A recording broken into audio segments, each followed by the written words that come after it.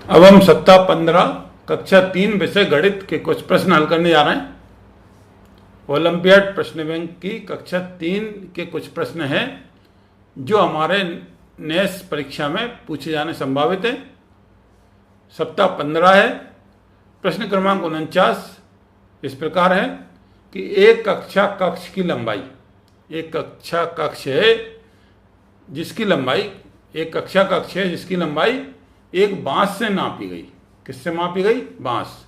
एक बांस उठाया, उससे हमारे एक कक्षा कक्ष मतलब हमारे क्लासरूम का एक कक्ष है, उसकी लंबाई एक बांस से नापी गई।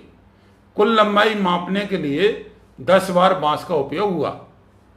मतलब कितनी बार? 10 बार। गिल्ली डंडे हम खेलते ही हैं, गिनते हैं ही, 1 2 3 4 ऐसे ही। एक बांस 50 सेंटीमीटर का बांस है। अगर बांस की लंबाई 50 सेंटीमीटर है तो कमरे की लंबाई क्या होगी, ये पूछ रहा हूँ। तो बांस कितनी लंबाई का है? 50 सेंटीमीटर का। और कितनी बार? 10 बार नाप रहे हैं लंबाई। एक कमरे की लंबाई है जिसको बांस कितनी बार ले जाना पड़ रहा है? 10 बार।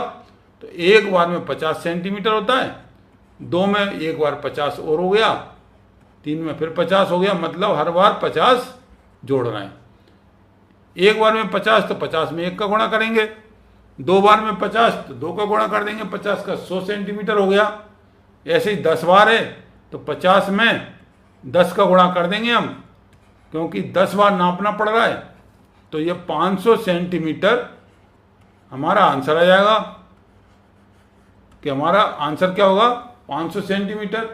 10 बार हम बांस नाप रहे हैं तो 500 सेंटीमीटर हुआ। लेकिन 500 सेंटीमीटर हमारा ऑप्शन में नहीं है। ऑप्शन में है या तो 50 मीटर होगा, या 5 मीटर होगा, या 500 मीटर, या 6 मीटर। इसमें से ऑप्शन ढूंढने के लिए हम ये सेंटीमीटर छोटी इकाई है, इसको हम मीटर में ही बदल सकते हैं। तो हमें पता होना चाहिए कि 1 मीटर बराबर 100 सेंटीमीटर होते हैं।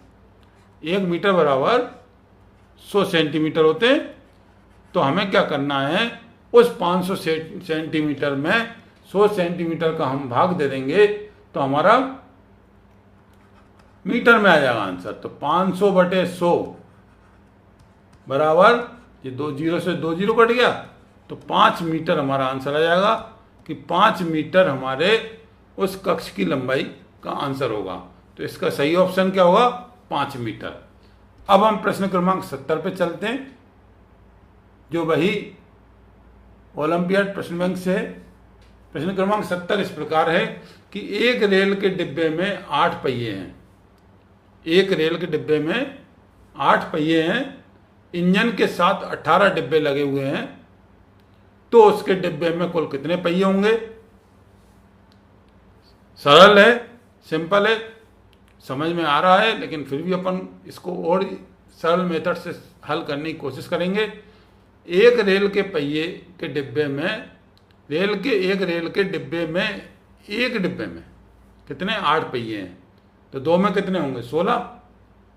3 में 8 दूनी 16, 8 3 24। मतलब 8 का एक डिब्बे में गुणा हो रहा है तो एक डिब्बे के पहिए आ रहे हैं।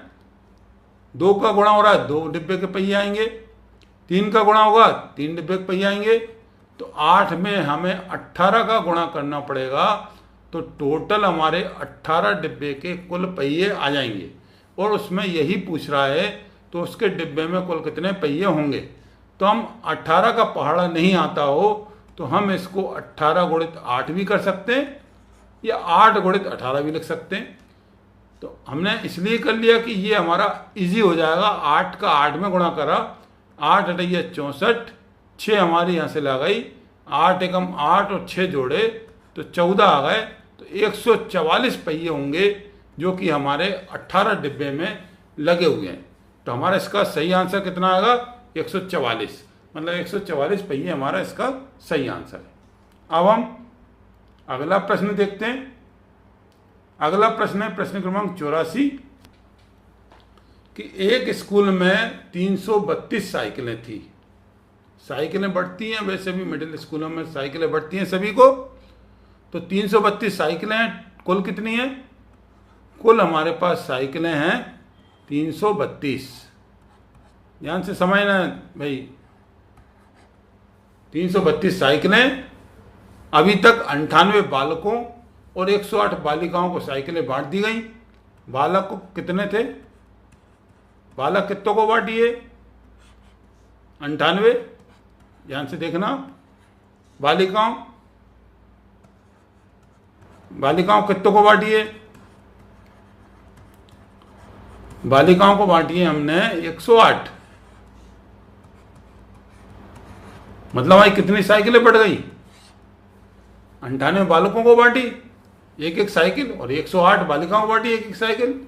तो 8 और 8 16 की 6, एक कहाँ से लाई? 9 और 1 10, 0, 1 और 1 2, 206 साइकिलें हमारी बढ़ चुकी हैं। कुल कितनी है? 332। तो अब साइकिल कितनी बची स्कूल में, यही तो पूछ रहा है भाई वो। तो कुल कितनी बची? तो हम क्या करेंगे?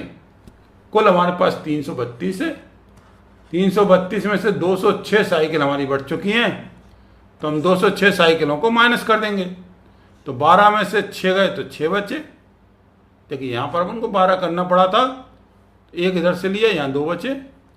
तो 12 में से 6 गए 6 बचे, 2 के 2 ही 2 क्योंकि नीचे 0 है, और 3 में से 2 गया 1। 126 साइकिलें ये हमारे स्कूल में शेष बची हैं। तो हम क्या सी पर इसका ऑप्शन पे सही का निशान लगाएंगे, या यदि अगर गोला लगाना हो तो गोला भी लगा देंगे। तो हमारा इसका सही आंसर क्या होगा? 126। धन्यवाद।